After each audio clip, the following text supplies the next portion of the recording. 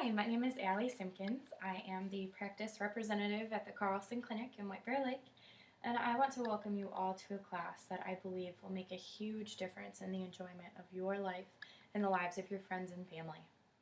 I want to talk to you today about how you can stay young your first 100 years of your life. Now, I know what some of you are thinking. You're thinking, catchy title, but do I really need to know how to stay young for 100 years? That sounds pretty far-fetched and ambitious. Well, it's honestly not. You need to start thinking about what it means for you and your friends and your family to live a long time. Let's look at the facts. During the year 1900, the average lifespan was 49 years old. Now, there's no question that this was because many people died when they were very young. We didn't have the kinds of cures or the kinds of health care that we have today. But that's the point. Everyone's chances of living a long life was much less back then. In fact, today, the average lifespan is 77.6 years old and growing. In a recent study, scientists from the University of Texas reported on the Today Show that by the year 2050, there will be 800,000 Americans living to be 100 years old, and many will even be living to 150. So what does this mean?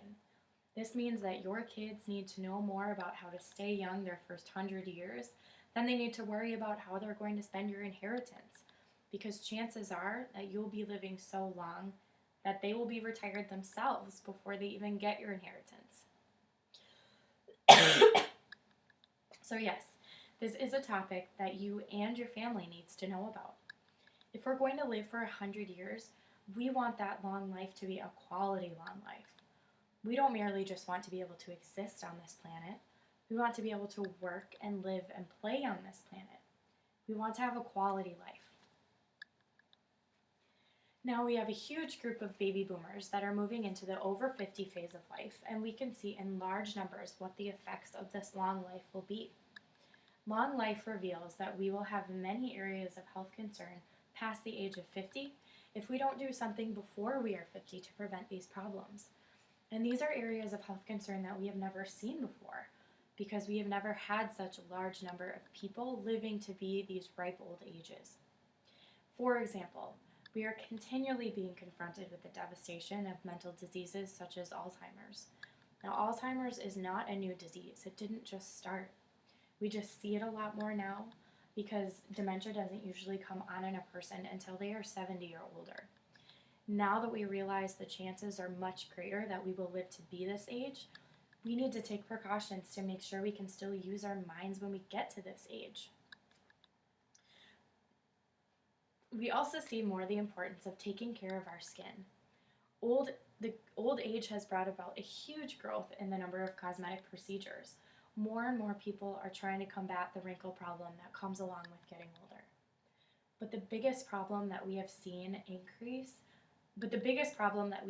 come about with the increase of lifespan is the increase in musculoskeletal disorders. In other words, our mobility function, the ability to move around like we used to.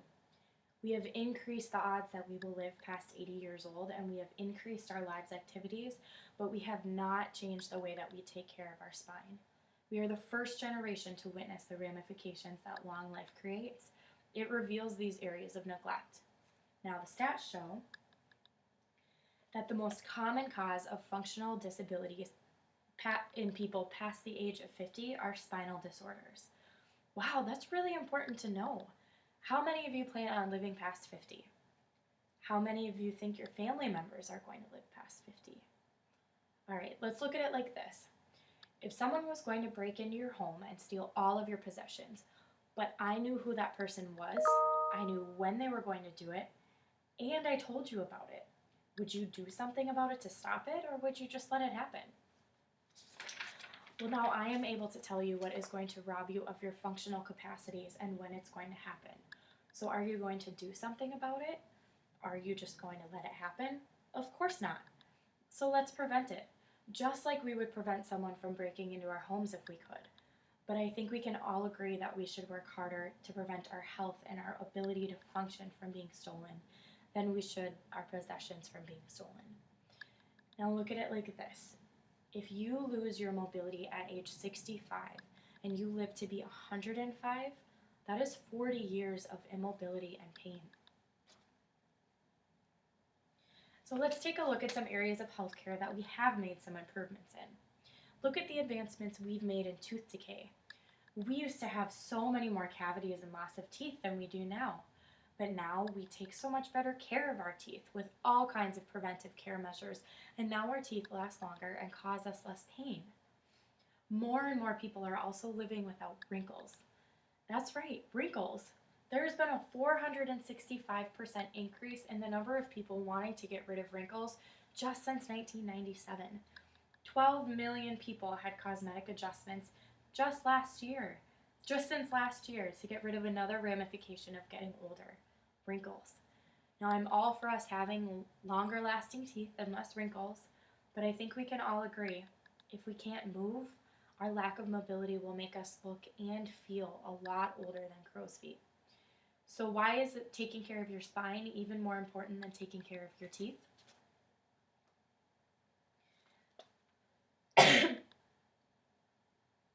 No. The only reason we respond to our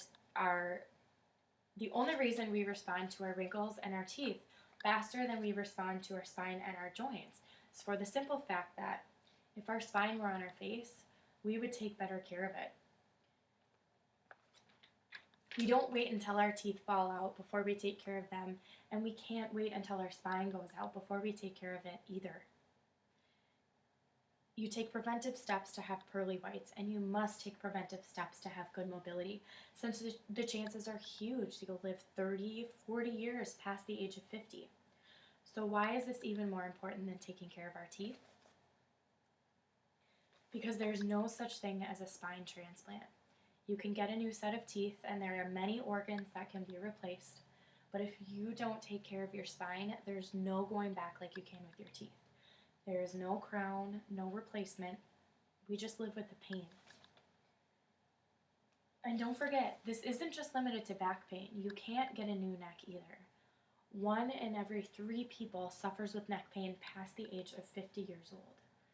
Now let's see a raising of hands. How many of you would like to use your neck without experiencing pain past 50? If 1 in every 3 people experience neck pain and 85 out of 100 people experience back pain, those are about as high of statistics as I would think anyone would want to see to be convinced that we need to do something about this, something preventive about this. But just in case you do need a little more convincing, let's take a look at what would happen if we don't do anything preventive about this, if we just let nature take its course. Take a look at this mobility curve. The numbers on the bottom of the scale represent age, and the numbers on the side of the scale represent percent of maximum function or maximum mobility that you have. Now you can see by the blue line on this scale that we have about 100% of our mobility at age 23. Now watch as this line just continues to drop. We can see by age 50, we will lose about 50% of the mobility that we had when we were 23. And I'm sure many people over the age of 50 can testify that having half of the mobility you had when you were 23 at age 50 is probably a bit conservative. Now watch as this line just continues to drop. You can see by age 60, we only have about 25% of the mobility we had when we were 23. Now, the big question to this revealing graph is, can the scale be changed? Do we just have to accept this as the way that it is, or can we do something about it?